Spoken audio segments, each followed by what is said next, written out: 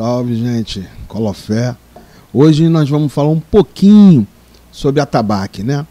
Esse instrumento maravilhoso e que está sempre participando da nossa vida litúrgica, né? Os atabaques, a bem na verdade, nós temos registros que eles foram, os primeiros registros, né? Datam de 4.000 anos antes de Cristo no Egito, né?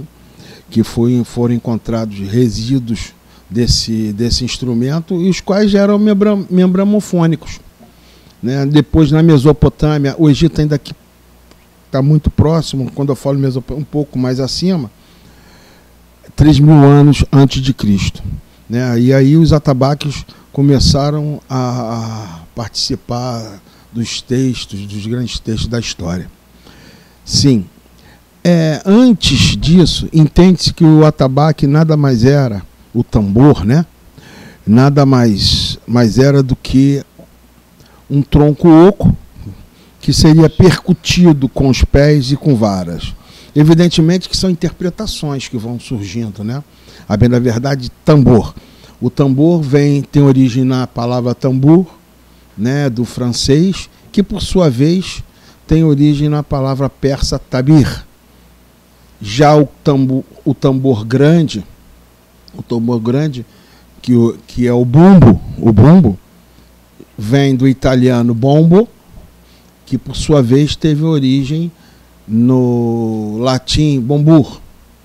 E assim o atabaque, o tambor, mais particularmente o tambor, vem participando da nossa vida. Não só no candomblé, em várias outras religiões. Evidentemente que nós trazemos esse assunto para cá, né, para o candomblé. Ele vem atravessando os tempos. E fica difícil de dizer que ele foi inventado, né? Ele aparece no mesmo contexto da evolução do próprio homem, né? O tambor, que seria o tronco oco percutido com o pé e com varas, e ele vai evoluindo, e junto a isso, quando o homem começa a se trajar com a pele dos animais, surge a teoria da criação do tambor. Então ele evoluiu, e hoje temos de tambor, atabaque e tudo que nós queiramos falar de uma forma muito, mas muito diversificada.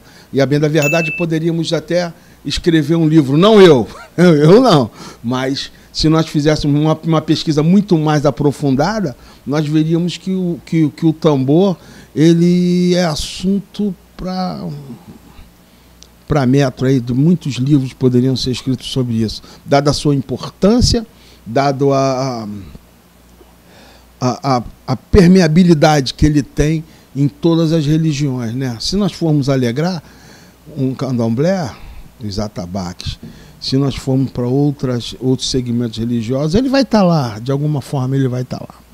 Mas o tambor no candomblé, que nós chamamos de atabaque, e outras terminologias, não vamos entrar aqui em terminologias específicas, mas a que mais as pessoas se referem é o rum-rum-pi-lê, né? O rum, um atabaque maior, mais grave, o rum-pi, médio, e o lê, em tese, um pouco mais agudo. Esses três atabaques são responsáveis pela comunicação com os orixás, são responsáveis pela comunicação com os voduns e os inquices, né? Tudo no nosso contexto. Quando eu falo candomblé, eu estou abordando todos os segmentos, todas as nações do candomblé aqui no Brasil, né? Não estou excluindo ninguém, mas eles, na minha visão, eles são os responsáveis pela comunicação com os orixás, também pela comunicação, são responsáveis, evidentemente, pelas danças que remontam às passagens dos nossos sagrados, né? E responsáveis pela nossa alegria, tá bom? Então nós não podemos nunca deixar de respeitar um tambor. Nós não podemos nunca deixar de pensar que o tambor, eles são sacralizados. Não vamos entrar em detalhes aqui, por questões óbvias, que eu acho que determinados assuntos têm que ser discutidos dentro dos EBEs. Mas fica a dica, né? E eu vou rapidamente falar de um ritmo que vem da cidade de Elexá, né? Banhada pelo rio Oxum, o nosso querido Ijexá, né?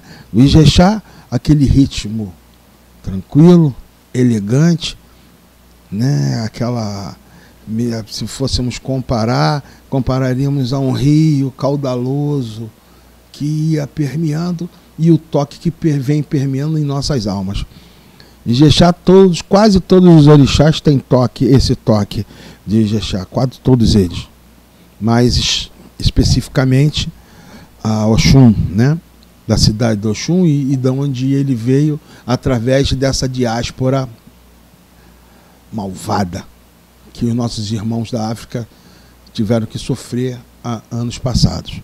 E fica aqui uma dica: vamos olhar, vamos procurar entrar mais nesse assunto de tambor. Vou voltar, vamos reabordar essas questões. Foi só um toque, só um tambor. Fica aqui um beijo, um abraço e o meu colofé.